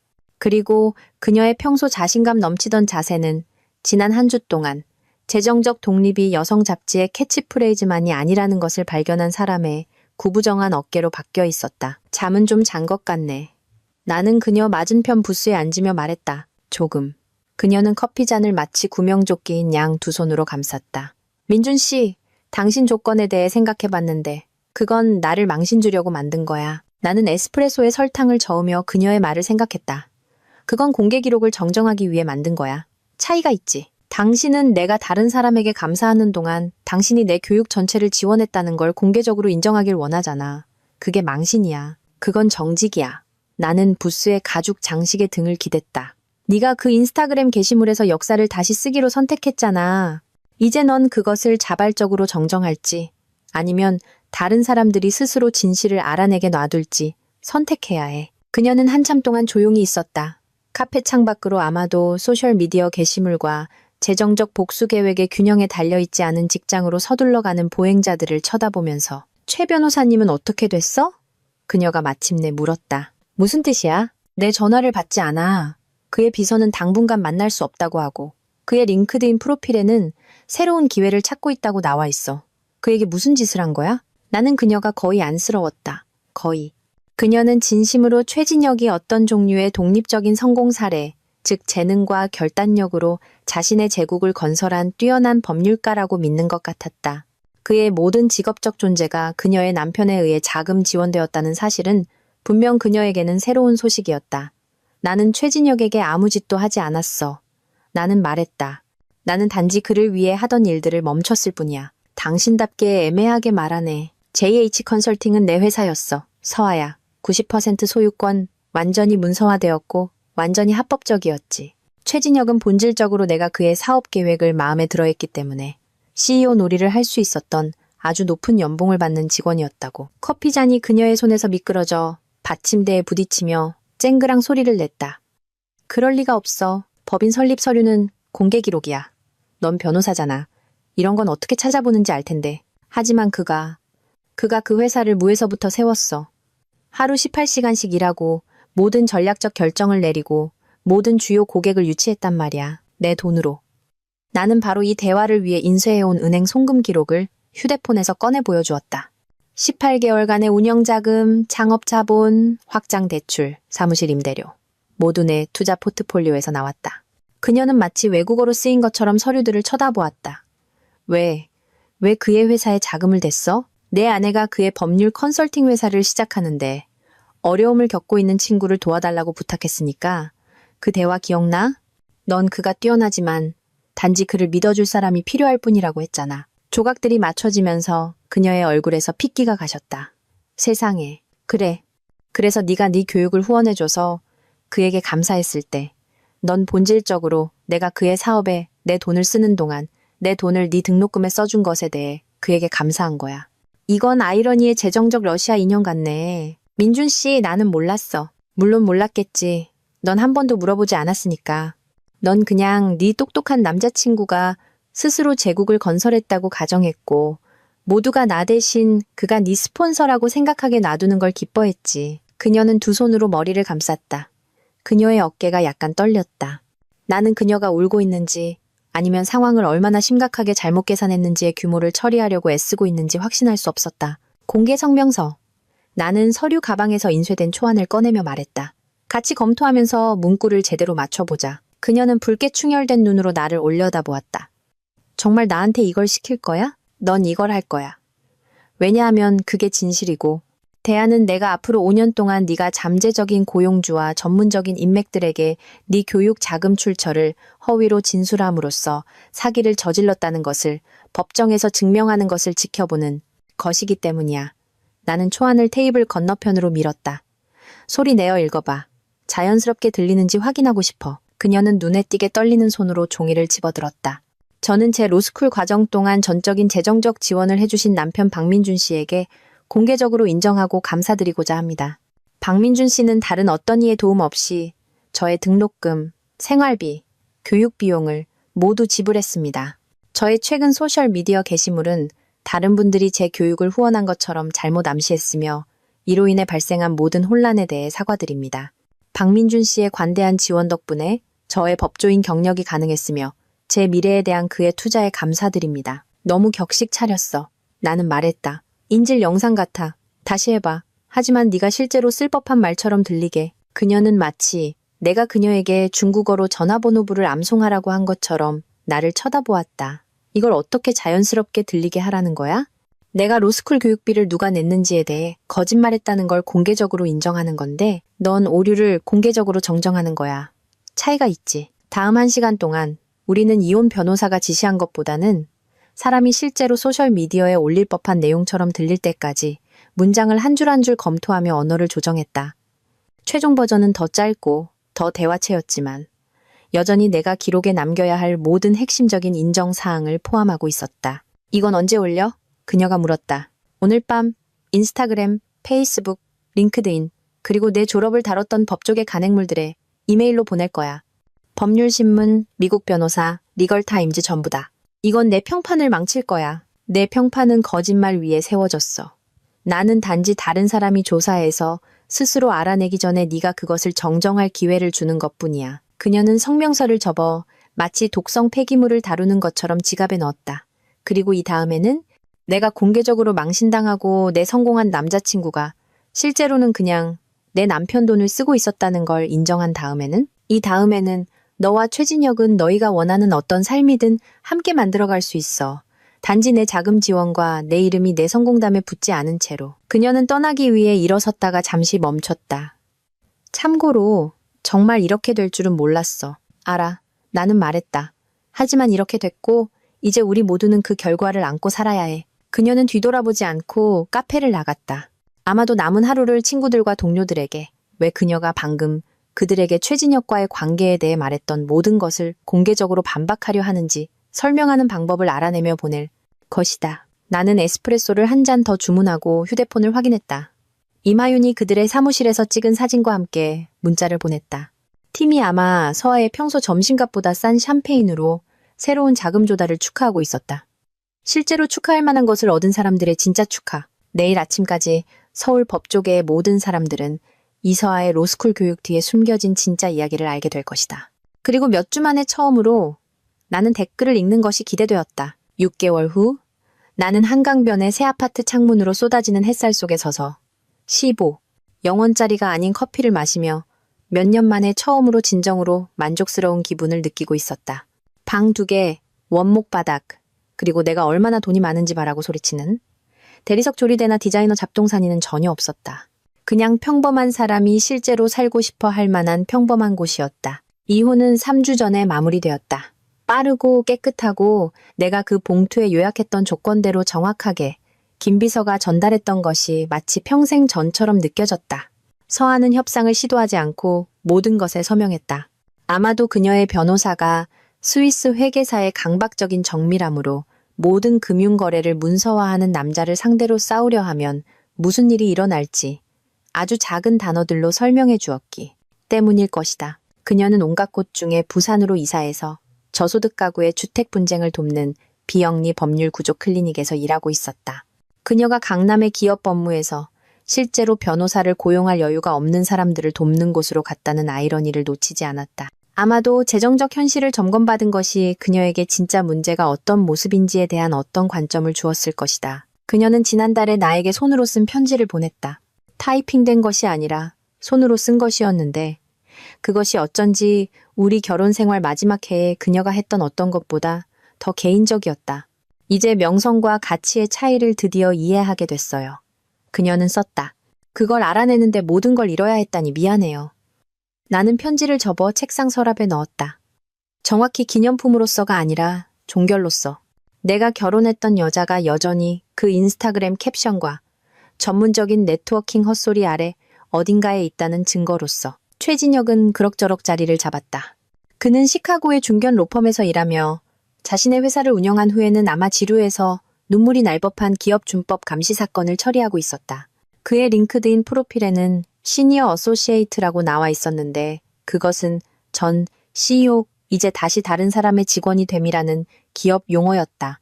법조계 언론은 다른 이야기로 넘어갔지만 그의 이름은 여전히 적절한 재정적 지원 없이 급속한 기업 확장의 위험에 대한 경고의 이야기로 가끔 언급되었다. 내 휴대폰이 이마윤의 문자로 윙윙거렸다. 방금 모릿은 산업계약 체결했어요. 연간 28억 원 계약. 6시에 한 잔 어때요? 나는 미소를 지으며 답장했다. 당연하지. 내가 쏠게. LYN 테크놀로지는 내가 판교 창고에서 그 수표를 썼을 때 희망했던 바로 그것이 되었다. 그들은 12개의 주요 고객을 확보했고 보스턴과 샌프란시스코에 지사를 열었으며 시리즈 B 펀딩 라운드를 주도하고 싶어하는 벤처, 캐피탈 회사들로부터 구애를 받고 있었다. 이마유는 리걸테크 매거진의 표지에 업계의 30세 이하 혁신가 30인 중 한 명으로 실렸다. 그리고 내가 언급할 수 있는 다른 어떤 사람들과는 달리 그녀는 실제로 그 인정을 받을 자격이 있었다. 나는 이제 실제로 중요한 일들을 하며 하루를 보냈다. 서울대 로스쿨에서 기술과 법률 실무의 교차점에 대한 초빙 강의를 하고 단지 가치를 쫓는 대신 실제 문제를 해결하려는 다른 스타트업들을 멘토링하고 LYN 테크놀로지 이사회에서 일하며 우리 모두보다 오래 지속될 무언가를 만드는 뛰어난 사람들을 지켜보았다. 아파트는 도시가 제 할 일을 하는 먼 소리를 제외하고는 조용했다. 차보다 비싼 디자이너 가구도 저녁 파티 손님들에게 깊은 인상을 주기 위해 존재하는 예술 컬렉션도 없었다. 나와 함께 아무것도 만들고 싶어 하지 않았던 사람과 함께 세운 삶의 증거는 없었다. 단지 햇살, 좋은 커피, 그리고 내가 이겼다는 만족감뿐이었다. 내가 서아의 재정적 안정을 파괴했거나 최진혁의 CEO 경력을 끝냈거나 그들 둘 다를 그들의 선택의 현실에 직면하게 만들었기 때문에 이긴 것이 아니었다. 나는 신뢰 대신 거래 위에 세워진 관계에서 나 자신을 해방시켰기 때문에 이겼다. 내 돈을 선물이 아니라 당연한 권리로 여겼던 사람들을 지원하는 것에서부터 나는 마침내 성공할 자격이 있는 것들에 투자하고 있었기 때문에 이겼다. 단지 소비하는 것이 아니라 세우고 싶어 하는 사람들과 함께 일하면서 다른 사람의 소셜 미디어 판타지에서 연기하는 대신 나에게 속한 삶을 살면서 내 휴대폰이 울렸다. 다시 이마윤이었다. 계획 변경. 그녀가 말했다. 팀 전체가 모리슨 계약을 축하하고 싶어요. 판교의 그 새로운 루프탑 장소 생각하고 있어요. 올 거죠? 나는 내 평범한 가구와 인스타그램에 올릴 만한 순간이 전혀 없는 내 평범한 아파트를 둘러보았다. 그리고 실제로 성공을 이룬 사람들과 축하하는 것보다 더 있고 싶은 곳을 생각할 수 없다는 것을 깨달았다. 갈게. 나는 말했다. 거기서 봐. 나는 재킷을 잡고 문으로 향했다. 햇살과 고요함, 그리고 잘 실행된 승리의 만족감을 뒤로하고 이제 진짜를 만드는 것과 온라인에서 성공해 보이는 것의 차이를 이해하는 사람들과 축하하러 갈 시간이었다. 6개월 전, 나는 그 잠긴 연회장 문 밖에 서 있을 때 내 인생이 끝났다고 생각했다. 알고 보니 이제 막 시작이었던 것이다.